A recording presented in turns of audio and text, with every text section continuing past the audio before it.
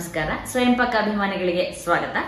ಸಾಮಾನ್ಯವಾಗಿ ನಮ್ಮಲ್ಲಿ ಹಿರಿಯರ ಕಾರ್ಯಗಳಿಗೆ ಉದ್ದಿನ ವಡೆಯನ್ನ ಮಾಡುವಂತಹ ಒಂದು ಪದ್ಧತಿ ಇದೆ. ಹಾಗೆ ಮಹಾಲಯ ಪಕ್ಷಗಳಲ್ಲೂ ಕೂಡ ಮಾಡ್ತಾರೆ. ಶುಕ್ರವಾರ ಮಂಗಳವಾರ ಮಾಡಲ್ಲ. ಬಾಕಿ ದಿನ ಮಾಡ್ಬೇಕಾದ್ರೆ ಅದಕ್ಕೆ ಕಡಲೆಬೇಳೆಯನ್ನ ಹಾಕಿ ಮಾಡುವ ಒಂದು ಪದ್ಧತಿ ಕೂಡ ಇದೆ.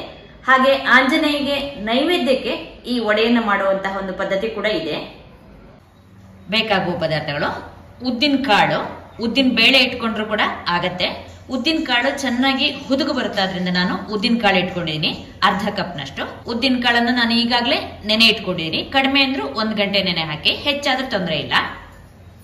ಉಪ್ಪು ರುಚಿಗೆ ತಕ್ಕಷ್ಟು ನಾನಿಲ್ಲಿ 1.5 ಟೀ ಸ್ಪೂನ್ ಇಟ್ಕೊಂಡಿದ್ದೀನಿ. ಶುಂಠಿ ಸಣ್ಣಕ್ಕೆ ಹೆಚ್ಚಿಟ್ಕೊಂಡಿದ್ದೀನಿ ನಾನು 2 ಟೇಬಲ್ ಸ್ಪೂನ್ ಅಷ್ಟು. ತೆಂಗಿನಕಾಯಿ ಹೆಚ್ಚಿದ್ದು ಸಣ್ಣಕ್ಕೆ 2 ಟೇಬಲ್ ಸ್ಪೂನು. ಹಸಿಮೆಣಸಿನಕಾಯಿ 6 ಹಸಿಮೆಣಸಿನಕಾಯಿ ಹೆಚ್ಚಿಟ್ಕೊಂಡಿದ್ದೀನಿ. ನೀವು ನಿಮ್ಮ ಅಪೇಕ್ಷೆ ಮೇಲೆ ನೀವು ಎಷ್ಟು ಬೇಕೋ ಅಷ್ಟು ಹೆಚ್ಕೋಬಹುದು. ಹಾಗೆ ಕರಿಬೇವಿನ ಸೊಪ್ಪು, ಕೊತ್ತಂಬರಿ ಸೊಪ್ಪು ಸ್ವಲ್ಪ ಸಣ್ಣಕ್ಕೆ ಹೆಚ್ಚಿಟ್ಟಿದ್ದೀನಿ. ಇವೆಲ್ಲ ನೀವು ನಿಮ್ಮ ಅಪೇಕ್ಷೆ ಮೇಲೆ ಹೆಚ್ಚು ಕಡಿಮೆ ಮಾಡ್ಕೋಬಹುದು. ಅಕ್ಕಿ ಹಿಟ್ಟು ಅರ್ಧ ಕಪ್ನಷ್ಟು ಇಟ್ಕೊಂಡಿದ್ದೀನಿ. ಎಷ್ಟು ಬೇಕೋ ನೋಡಿ ಹಾಕೊಳ್ಳೋಣ. ಕಾಳು ಮೆಣಸು 1 ಟೀ ಸ್ಪೂನ್ ಅಷ್ಟು ಇಟ್ಕೊಂಡು ಅದನ್ನ ಅವಡದವಡ ಕುಟ್ಟಿ ಇಟ್ಕೊಂಡಿದ್ದೀನಿ. ಕರಿಲಿಕ್ಕೆ ಎಣ್ಣೆ. ಉದ್ದಿನ ಕಾಳು ಚೆನ್ನಾಗಿ ನೆಂದಿದೆ. ನಾನೀಗ ಉದ್ದಿನ ಕಾಳು ನೆನೆ ಹಾಕಿ 2.5 ಗಂಟೆ ಮೇಲಾಗಿದೆ. ಆದಷ್ಟು ನೀವು ಉದ್ದಿನ ಕಾಳನ್ನ ಗ್ರೈಂಡರ್ನಲ್ಲೇ ರುಬ್ಬೋದು ಒಳ್ಳೇದು. ಈ ಉದ್ದಿನ ಕಾಳನ್ನ ಸ್ವಲ್ಪನೇ ನೀರ್ ಹಾಕೊಳ್ತಾ ನೀವು ಆದಷ್ಟು ಸಣ್ಣಕ್ಕೆ ರುಬ್ಕೋಬೇಕು. ಒಂದೇ ಸಲ ನೀರ್ ಹಾಕ್ಬೇಡಿ, ಸ್ವಲ್ಪನೇ ಹಾಕೊಳ್ತಾ ಇರಿ. ಸಣ್ಣಕ್ಕೆ ನಾನು ತುಂಬಾ ನುಣ್ಣಕ್ಕೆ ರುಬ್ಬಿದ್ದೀನಿ ನೋಡಿ. ಆದಷ್ಟು ಗಟ್ಟಿಯಾಗಿ ನಿಮ್ಗೆ ವಡೆ ಹಿಟ್ಟು ಯಾವಾಗಲೂ ಈ ತರ ನೋಡಿ ಗಟ್ಟಿಯಾಗೇ ಇರಬೇಕು. ಇದೀಗ ಆಗಿದೆ. ಸಣ್ಣಕ್ಕೆ ರುಬ್ಬಿದ ಉದ್ದಿನ ಹಿಟ್ಟಿಗೆ ಉಪ್ಪು, ಹೆಚ್ಚಿದ ತೆಂಗಿನಕಾಯಿ, ಕರಿಬೇವಿನ ಸೊಪ್ಪು, ಶುಂಠಿ, ಕೊತ್ತಂಬರಿ ಸೊಪ್ಪು, ಹಸಿಮೆಣಸಿನಕಾಯಿ, ಪುಡಿ ಮಾಡಿದ ಕಾಳು ಮೆಣಸು, ಇದನ್ನ ಚೆನ್ನಾಗಿ ಹೀಗೆ ಕೈನಲ್ಲೇ ಕಲ್ಸ್ಕೊಳ್ಳೋಣ. ಈಗ ಇದಕ್ಕೆ 1/4 ಕಪ್ನಷ್ಟು ಅಕ್ಕಿ ಹಿಟ್ಟು ಹಾಕಿದ್ದೀನಿ. ಕಲ್ಸ್ಕೊಂಡು ನೋಡಿ ಮತ್ತೆ ಬೇಕಂದ್ರೆ ಹಾಕೊಳ್ಳೋಣ. ಈಗ ನೋಡಿ ವಡೆ ಹಿಟ್ಟು ಈ ಹದದಲ್ಲಿದೆ.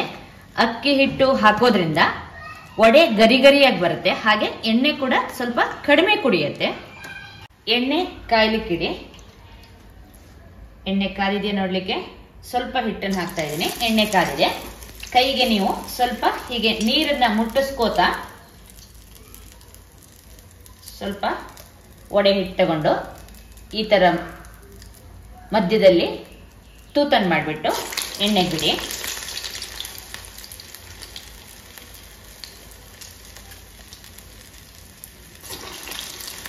ಸ್ವಲ್ಪ ನೀರು ಮುಟ್ಟಿಸ್ಕೋತಾನೆ ನೀವು ಈ ಹಿಟ್ಟನ್ನ ತಗೊಂಡ್ರೆ ನಿಮ್ಗೆ ಹೀಗೆ ತೂತ ಮಾಡ್ಲಿಕ್ಕೆ ಅನುಕೂಲವಾಗುತ್ತೆ.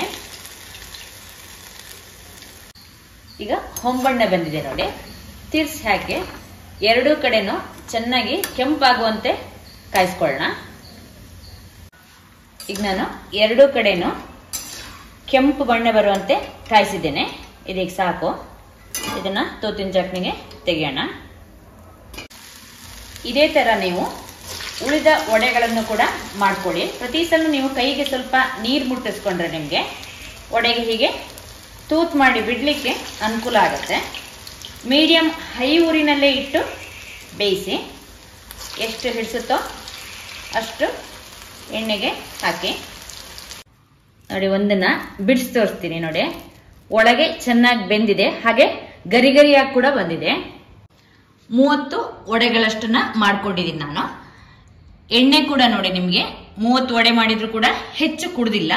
ಸ್ವಲ್ಪ ಹಿಟ್ಟು ಕೂಡ ಉಳ್ಕೊಂಡಿದೆ. ಈ ಉಳಿದ ಹಿಟ್ಟಿಗೆ ನೀವು ಅಕ್ಕಿನ ನೆನೆ ಹಾಕಿ ರುಬ್ಬಿಬಿಟ್ಟು ದೋಸೆ ಮಾಡ್ಕೋಬಹುದು. ಉದ್ದಿನ ಕಾಳನ್ನು ನಾನು ಅರ್ಧ ಕಪ್ನಷ್ಟು ಹಾಕಿದೆ. ನಿಮ್ಗೆ ಅರ್ಧ ಕಪ್ಗಿಂತ ಕಡಿಮೆ ಹಾಕಿದ್ರೆ ಗ್ರೈಂಡರ್ ನಲ್ಲಿ ಚೆನ್ನಾಗಿ ರುಬ್ಬಕ್ಕಾಗಲ್ಲ. ಆದ್ರಿಂದ ಜಾಸ್ತಿ ಹಾಕಿದ್ದೆ ನಾನು. ನೋಡಿದ್ರಲ್ವಾ ಉದ್ದಿನ ವಡೆಯನ್ನ ಹೇಗೆ ಮಾಡೋದು ಅಂತ ಹೇಳಿ. ನೀವು ಕೂಡ ನಿಮ್ಮ ಮನೆಯಲ್ಲಿ ಈ ವಡೆಯನ್ನು ಮಾಡಿಬಿಟ್ಟು ನಿಮ್ಮ ಅಭಿಪ್ರಾಯ ನಮ್ಗೆ ತಿಳಿಸಿ. ನಮಸ್ಕಾರ.